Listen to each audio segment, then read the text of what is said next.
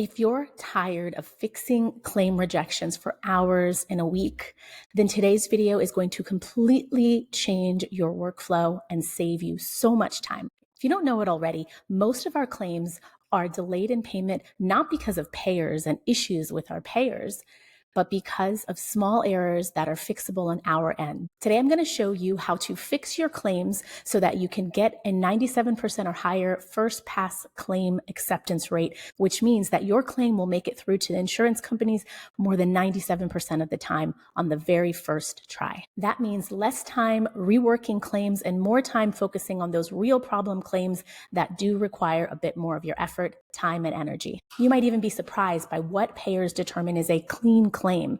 Hello, everyone. My name is Jasmine Vializ. Welcome here in this space. If it's your very first time, so excited to have you here.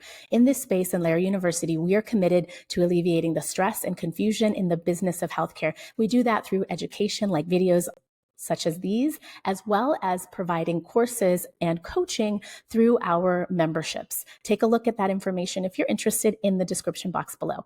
Last week, we started our series related to 3 ways to help you get paid faster. This is the second part in that series, so make sure you check out that video if you haven't already. Today, we're going to go a layer deeper and help you make sure that you build a claim that's going to make it to the insurance company the very first time around, and hopefully build a new process or workflow or system that's going to save you time in the long run. And we're going to show you how to build a system or a workflow that's going to save you time and something that you can easily make your new normal. There are 4 key ingredients to building a clean claim. First, make sure you check your data.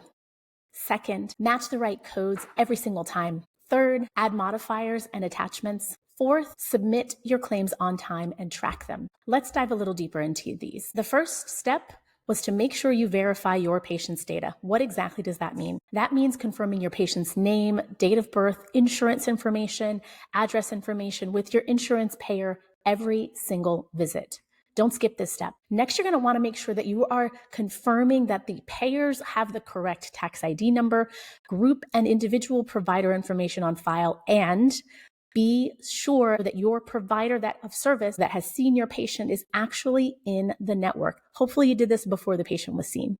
See if you can set up your software system to ensure that these areas that are incomplete, that might not have the accurate information, such as a complete zip code or a patient address or date of birth, see if you can set parameters or rules in your software that will block the claim or block the individual who's putting this in from saving that field or saving that patient's registration at the time of entry. That will save you so much time on the back end. Okay, next tip, make sure that you are matching your codes every single time. That means that you need to make sure you are coding to the highest specificity. If you are not the coder and the provider themselves or a separate person, the coder is selecting these codes, make sure they're taking time to do this for each and every patient, making sure that the patient's documentation is complete and has been sealed by the provider of service before the codes have been selected, and we are matching that patient's diagnosis codes along with the procedure codes that were done to ensure that there is medical necessity, which means that the insurance company would consider the codes that are being billed as being needed as documented in that patient's record. Remember, if it's not documented, it wasn't done. Make sure that you are reviewing your software and evaluating if it has properly removed codes that have expired or codes that should not be used because they are not at their highest specificity. So that would include things like diagnosis codes that require additional digits in order to be utilized as a primary diagnosis for our patient. Lastly, check with your software company. Make sure your software company is cleaning up and maintaining your procedure codes and diagnosis codes on a regular basis. This should happen at least once a year. And if it's happening once a year, we want it happening after October 1st, which is the date in which our codes are updated here in the United States. Tip number 3 is specifically looking at your payer's requirements. So things like adding modifiers or having required attachments might be something that your payer specifically requires that our providers or our coders may not be aware of. So this is the level in which you as a biller need to make sure that you have double checked what the requirements are according to your payers that you're contracted with, and ensure that these payers requirements are built into your workflow to review your claims, to clean and scrub those claims before they leave your practice. How can you get familiar with some of these? First, you can look at your contracts. You can also look at historical information. So looking back at claims that were denied for specific unbillable modifiers or even procedure codes, because there are some carriers that require you to, instead of bill a CPT code, might require a HCPCS code to be billed, or there might be some specific modifiers that you would use with a provider that is not valid or usable for other payers. So it's very, very important that you get familiar with the historical challenges that your practice has had with regards to their claims. That can really help to inform you so you can be able to slow down and make your claim review process as robust as possible so you can ensure that you prevent these claims from being held up in rejections and returned back to you for review. When we talk about attachments, that might be attached to referrals or other documentation that are required, such as operative reports. The other thing you want to consider is when a patient's plan requires authorization, at what stage you need to ensure that authorization information has been inserted into the particular field required by your payer. It may not be in the traditional field that says authorization on our claim form or in our EDI formats. However, you want to make sure that you have double checked this, make sure you clarified this with your software company so that you can be sure to put that information in the proper field that is required by your payers in your software, and the claim going with this information the very first time. The last thing you want to consider with our payer requirements is that some payers require specific criteria such as payer legacy IDs or unique provider identifier numbers to be put in a particular field before the claim will be accepted. So be sure that you're asking questions such as these or reviewing the requirements under the billing paperwork that you should have received from your payers during credentialing, or you're logging into the payer's portal to review the requirements for billing. Other thing that can, again, help inform you is by looking at the legacy denials. What did our previous billers at this practice do to correct a claim to get it back out? So go into your software or into your clearinghouse and take a closer look at the claims that have been corrected previously and see if you can trace it back and identify what those payer requirements are, and you can correct and make sure that these payer requirements go on your claim before the claim leaves your practice. Okay, tip number 4 is always know your payer's timely filing limitations. There are payers that have timely filing limitations that are quite short, quite small. That would mean that there may be 90 days for you to get that claim to the insurance company for it to be considered received timely.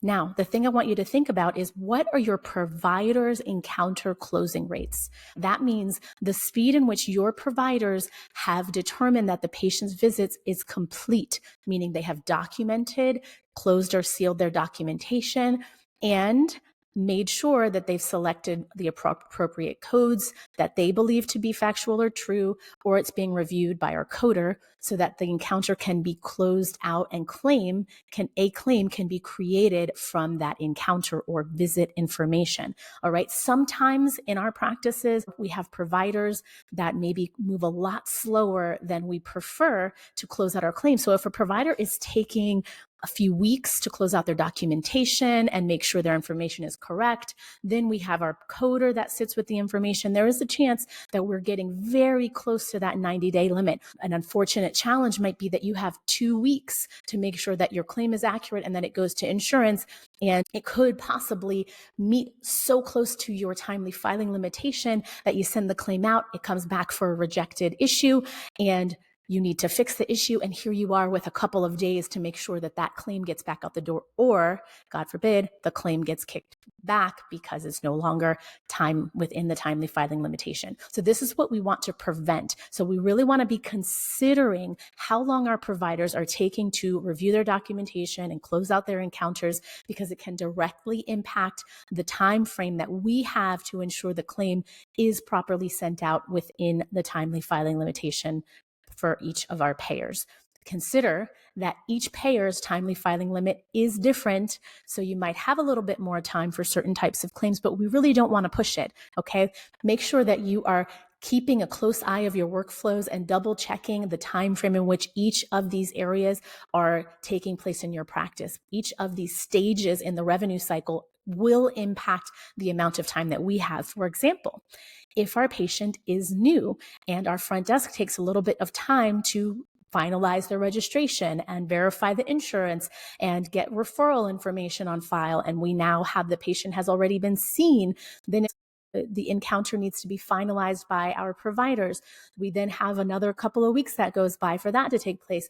It could very well be that we are 45 days into this claim having been created before the claim even makes it to the billing department for it to be prepared for it to go to an insurance company. So we want to try to make this process at every stage as efficient as possible and be checking the length of time that that claim is staying at each stage so that we can try to reduce the amount of time and hopefully preserve some of that time for us to review for things like we mentioned in our last step, our payer requirements, or things before with our coding. Oftentimes in our software, we can even have it help us through tracking claims that are getting close to timely filing that have not been accepted for adjudication, which means accepted for processing by our insurance companies, okay? So what I want you to do is see if your software has this ability to either have a dashboard or report that you can pull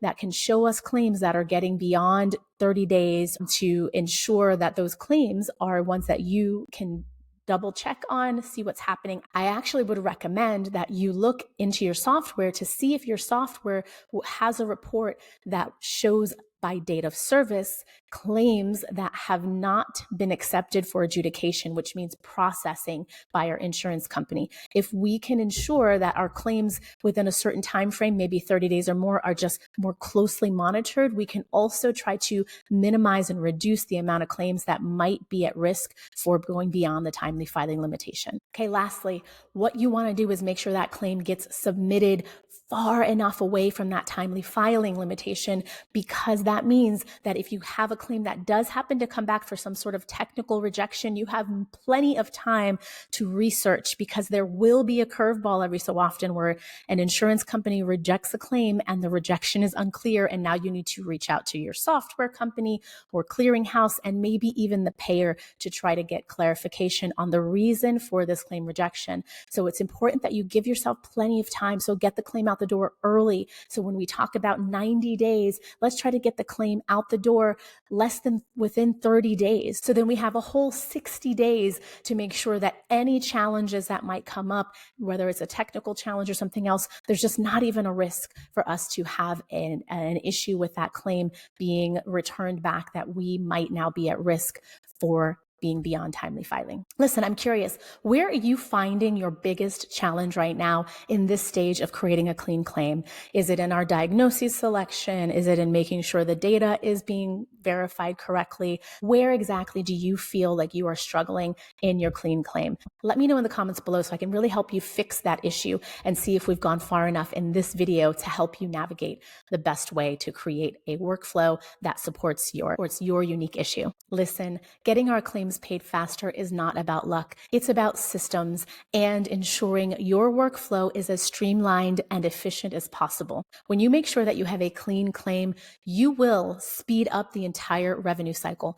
Stop, slow down, and create this clean claim checklist as quickly as possible. Again, you can find that linked in the description box below, and take this version and make your own custom clean claim checklist so you can ensure that you prevent these rejections from happening and you have a higher first pass claim rate. Listen, I have exciting news. I've created a clean claim checklist that will help you walk through the potential things that you need to be looking at within your software and potentially talking to your software company about.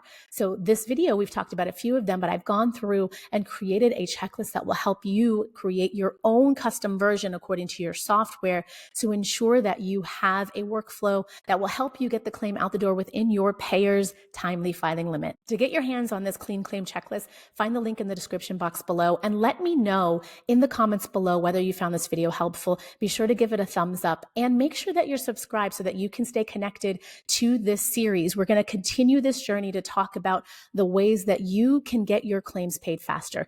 This is just video 2 in our series, so make sure that you're staying connected to us and keep that notification bell on so that you can be notified when we drop our next video. Thanks for being here, friends. I will see you in the next video. Take care.